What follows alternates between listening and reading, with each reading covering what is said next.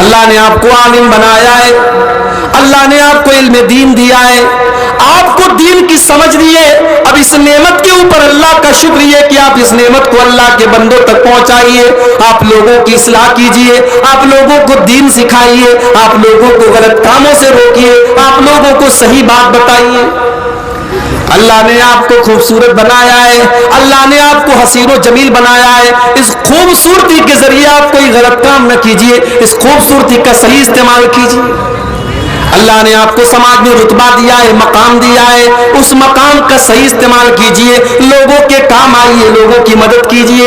اللہ نے آپ کو جوانی دی ہے، یہ جوانی اس لیے تو نہیں ملی ہے کہ آپ شراب کے اڈوں پہ گزار دیں، زنا کے اڈوں پہ گزار دیں، گٹکا کھانے میں گزار دیں، شراب پینے میں گزار دیں، حرام کام کرنے میں گزار دیں۔ اس جوانی کے اوپر بھی اللہ کا شکر ادا کرنا چاہے تو جوانی کا صحیح استعمال کرو۔ آج ہمارا نوجوان بیچارہ جوانی میں بالکل بے لگام گھوڑے کی طرح ہوتا ہے، کتنے غلط کام انسان کرتا ہے، لوگ یہ کہہ کر کے نظر انداز کر رہے تھے، جانے تو یار جوان آدمی ہے، جوان خون ہے، مطلب جوان خون ہے تو کچھ بھی کرو گے، کسی کو بھی مار دو گے، کسی پر بھی ہاتھ چلا دو گے، کچھ بھی زبان سے بول دو گے، کچھ بھی کر دو گے، اور سب یہ کہہ کر کے معاف کہ صاحب یہ جوان آدمی ہے۔ یہ جوانی بھی اللہ کی نعمت ہے میرے بھائی، اور اس جوانی کا بھی آپ کو اللہ کے حساب دینا پڑے گا۔ قربانی کے جانور کے گلے پر جب آپ چھری چلاتے ہیں اور جس پیغمبر کی سنت کو آپ زندہ کرتے ہیں، ابراہیم علیہ السلام، ان کی سنت صرف قربانی کرنا نہیں ہے، ان کی سنت صرف گوشت کھانا نہیں ہے، ان کی سنت یہ بھی تھی کہ ابراہیم علیہ السلام نے جوانی کے پیریڈ میں، جب وہ بالکل جوان تھے، 18-20 سال کے ینگ تھے، اس جوانی کی مدت میں ابراہیم علیہ السلام نے اپنی قوم سے توحید کے معاملے میں چیلنج کیا تھا۔ اپنی قوم سے کہا تھا تاللہ لاکیدن اصنامکم، اے میری قوم کے لوگوں، تم پتھر کے جن بتوں کی پوجا کرتے ہو، عبادت کرتے ہو، تمہارے بتوں کا میں بہت برا حال کروں گا، میں تمہارے ان بتوں کو ان کے انجام تک پہنچاؤں گا۔ قوم کے لوگوں نے کہا یار مذاق کر رہا ہے، اس کی اتنی مجال کہ ہمارے معبودوں کے ساتھ یہ غلط کام کرے۔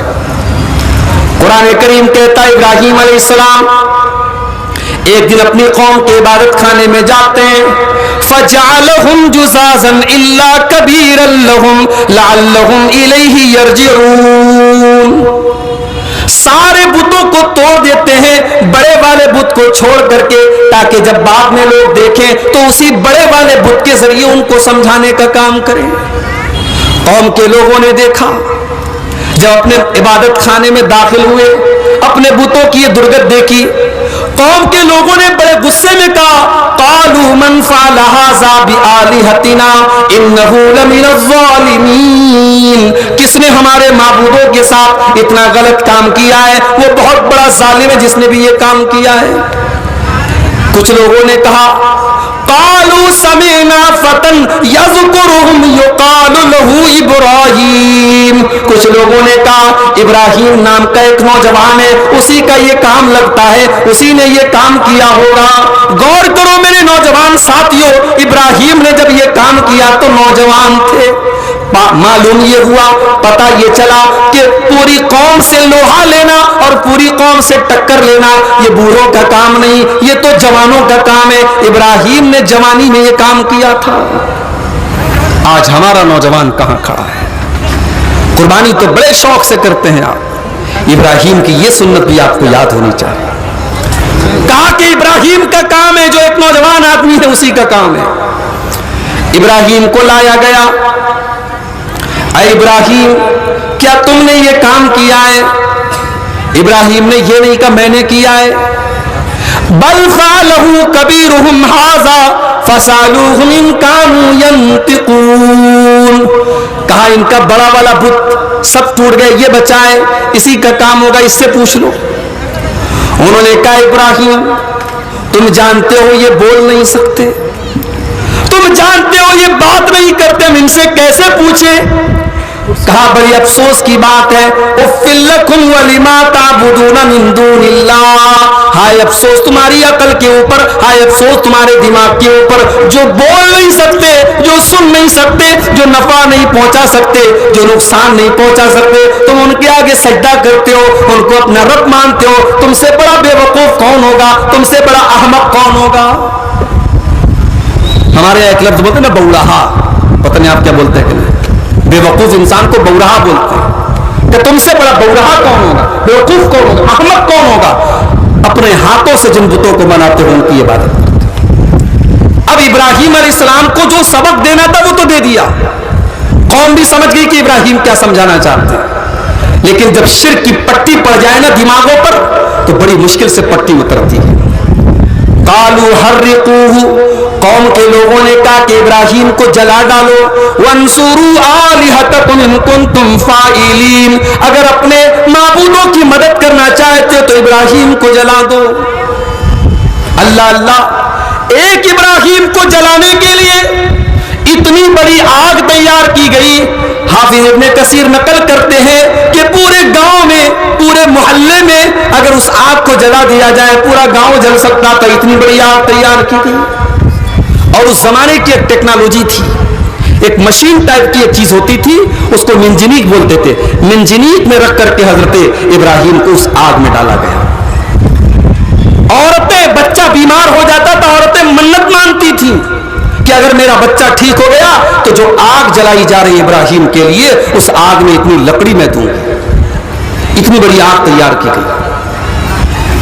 آج ہم لوگ واویلا کرتے ہیں صاحب ملک میں کیا ہو رہا ہے, کیا ہوگا بھائی, اسلام ختم ہو جائے گا. زیادہ سے زیادہ یہ ہوگا کہ ہم اور آپ ختم ہو جائیں گے, زیادہ سے زیادہ. اسلام نہیں ختم ہوگا. دشمن جتنی بھی چالیں چل لے, کیا مسجدیں ختم ہو جائیں گی, قرآن مٹ جائے گا؟ نہیں میرے بھائی, یہ اللہ کا دین ہے, یہ اللہ کا دین ہے. پھوکوں سے یہ چراغ بجھایا نہ جائے گا. اللہ اپنے دین کی حفاظت کرنا بہت اچھی طریقے سے جانتا ہے. ہم اپنے ایمان کی فکر کریں, ہم بے ایمان ہو چکے ہیں, ہم مکار ہو چکے ہیں, ہمارے اندر سے اسلام نام کی ساری چیزیں نکلتی چلی جا رہی ہیں, اور ہم چنتا کر رہے ہیں صاحب یہ ہو جائے گا, وہ ہو جائے گا, یہ قانون آ رہا ہے, یہ قانون آ رہا ہے, یہ ہو رہا ہے, وہ ہو رہا ہے. جھارکھنڈ میں آتا ہوں تو لوگ پوچھتے مولوی صاحب بقرعید منائی کیا آپ نے یو پی کے اندر؟ ارے بڑے آرام سے منائی بھائی صاحب, خوب کباب کھائے, خوب ہم نے جو ہے پائے کھائے. دوسرے اسٹیٹ والے تو ایسے سمجھتے ہیں جیسے یو پی کے اندر مسلمان بیچارہ ایک دم دب کے رہتا ہے, بڑے آرام سے ہم رہتے ہیں الحمدللہ. کئی چھٹ پٹ کئی واقعات ہوتے رہتے ہیں, وہ تو ہر اسٹیٹ میں ہوتے رہتے ہیں. تو ہمیں ڈرنا نہیں ہے میرے بھائی, یہ بہت ڈرا کے لوگوں نے رکھا, ہمیں ڈرنا نہیں ہے. جو ہوگا ہم حالات کا سامنا کریں گے. ہم نے اس ملک میں وہ دور بھی دیکھا ہے جب لاشیں بھر بھر کے ٹرینوں میں گئی ہیں. ہم نے وہ دور بھی دیکھا ہے جب مسلمانوں کی لاشیں کھیتوں میں, گنے کے کھیتوں میں گاڑی گئی ہیں, اور نہر کے کنارے گن سے اور گولیوں سے مسلمانوں کو کھونا گیا. ہم نے وہ دور بھی اس ملک میں دیکھا ہے. اس ملک میں مسلمان نہ تب ختم ہوا تھا نہ آج ختم ہوگا. ابراہیم کو آگ میں ڈالا جا رہا ہے.